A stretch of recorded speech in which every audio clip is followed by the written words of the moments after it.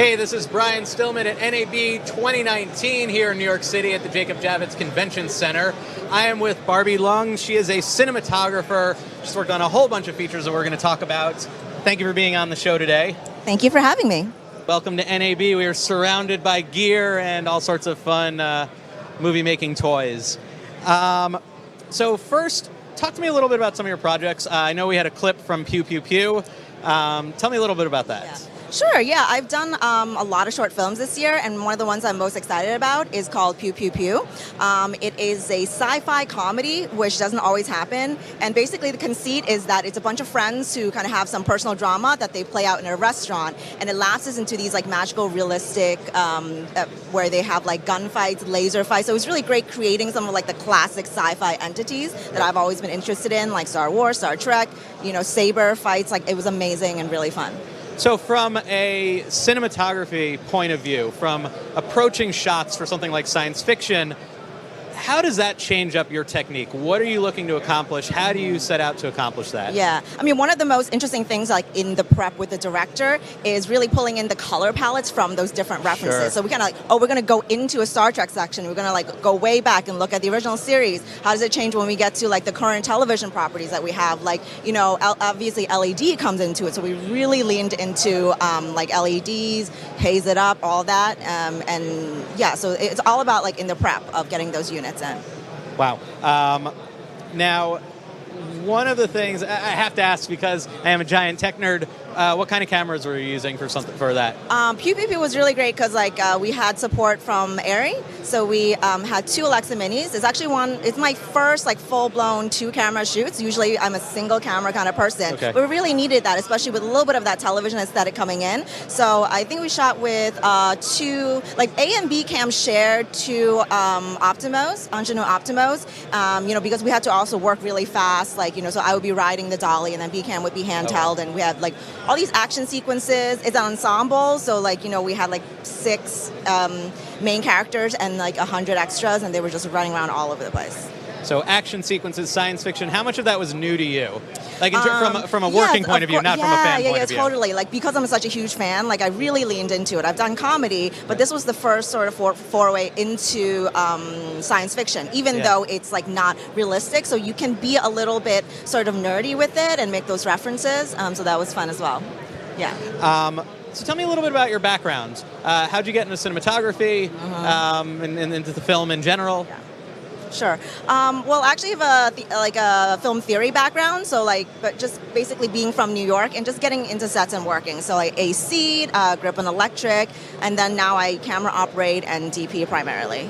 Yeah. But where's the interest come from? Why the cinematography? interest comes from, that's like the closest part you come to kind of creating that reality, right? Like you're creating a reality for other people. And the interest comes from maybe like being 15 and just being home and wanting to watch movies and like that. I think it goes pretty deep. Yeah. Cool.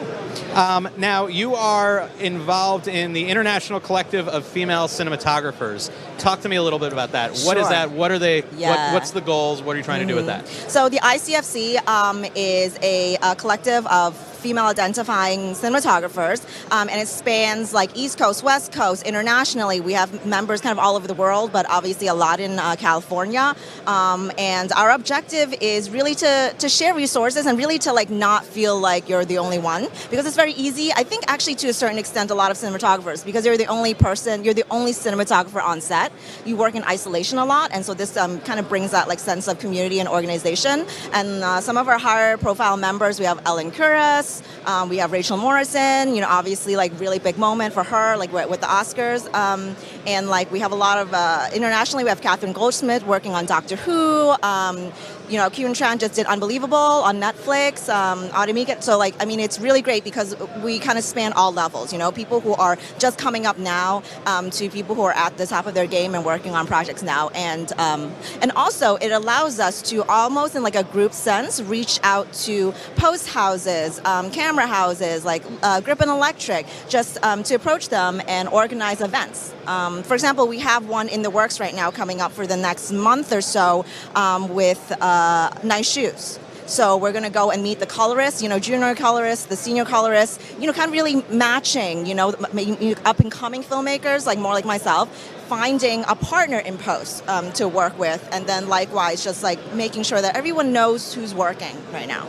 It's a lot of also making connections, sort of the sort of vertical contacts and stuff, connecting with people who are deeper in the industry, and helping out, like you say, beginning filmmakers. Yeah. I mean, a big conversation that's going on right now is women in filmmaking, getting more women into filmmaking.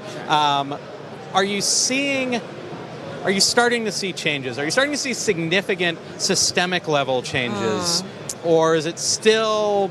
I think it's yes and no, because I think there are a lot of success stories. Like I mentioned, obviously Rachel Morrison being the first cinematographer who identifies as a woman to be nominated for the Oscar. Big moment. We have people working on a lot of television shows, feature films and everything. But that's not to say that sort of like on the ground, like in the union, there's still like issues. A lot of people are still unsatisfied where they are or where the opportunities are. I struggle, but like I think the ICFC is that way to sort of get unofficial mentorship, and just to know that other people are struggling in the same way, because the numbers are smaller. Like, just like the experience of being a woman and a cinematographer, it is a unique thing, and it's hard to find that without some sort of, organization. How big is membership at this point? I don't have the latest number, but I would imagine like over 150 at this point. Okay. So it's also not a true thing when people say like, I didn't know there were so many women cinematographers. I've never worked with one. It's not true. It's basically at all levels. There is somebody out there that you could, have an interview with. Like nobody's asking people to just like, I'll just try a woman cinematographer. I actually don't like those jobs at all, but I just like an interview, and like you can talk to me, and then if it works, it works. Yeah. To me, I'm not entirely sure why certain things become so divisive when just like in terms of gender. It's like, do you have a cool vision? Are you someone who I think I could work with? I don't understand why some people say like, well, I wouldn't work with a woman cinematographer. I'm like, why not? If she has cool vision, if she knows what she's doing, if she can bring something to the film, I kind of feel like that's the beginning and the end of the conversation. And yet there's this pushback. There's this sort of industry-wide sort of whatever systemic level bias that obviously for the last however many 100, 200 years, 150 years of cinema, 100 years of cinema, that has gotten in the way. What do you think needs to change? What to start breaking down those barriers, to start breaking down those walls? Is there? I know there's no easy solution, but are there certain things that you're keying into to try and break down those walls? Sure. I think one thing, it's a little bit broad, but I would say like just realize, for me at least, my personal philosophy, you don't have to work that hard.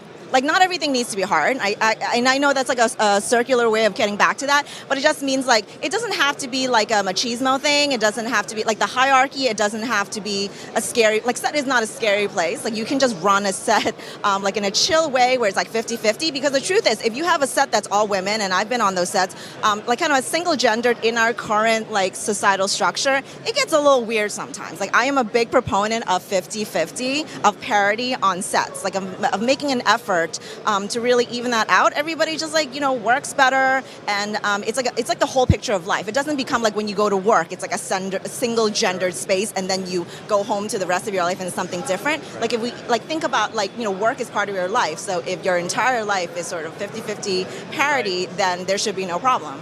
Well, it's the different context we all bring to the work that we do. In our context from our life that we bring into the work, our experiences, everything else as artists to try and create these. It's a work-life balance, really, is what I'm saying, because like the hours are so long in our business. It's So, how can people find out more about the ICFC? If they want to become involved, where can they go? ICFCfilm.com. You can find a database of our members. It's searchable. So find somebody to collaborate with, or if you're like a vendor or somebody who's connected to Post House, equipment, reach out to us. We can do events. We could, if there's somebody you're trying to reach, like one of our members who are higher profile, whatever. Like we're there. Send us an email, and somebody will get back to you. And where can they find out more about your own work? They can find me on Instagram, Twitter. My website is my name, Barbie Leung, BarbieLeung.com.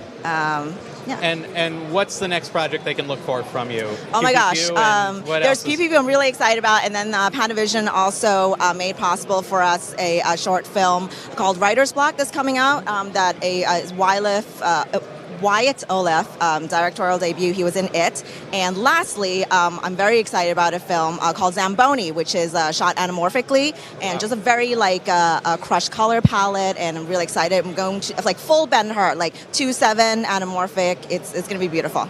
That sounds awesome. Barbie, thank you so much for being on the show. This is Brian Stillman. We're at NAB 2019. We've got more wall-to-wall coverage. And when you get a chance, go to BeTerrific.tech and check out the new Agility Quadricep LED panel that we've developed. It is flexible, it is weatherproof, it is daylight bright. It can be installed in all sorts of different environments. It's super cool. It's a new product from BeTerrific. Stick around, we'll have more coverage for you all day. NAB 2019.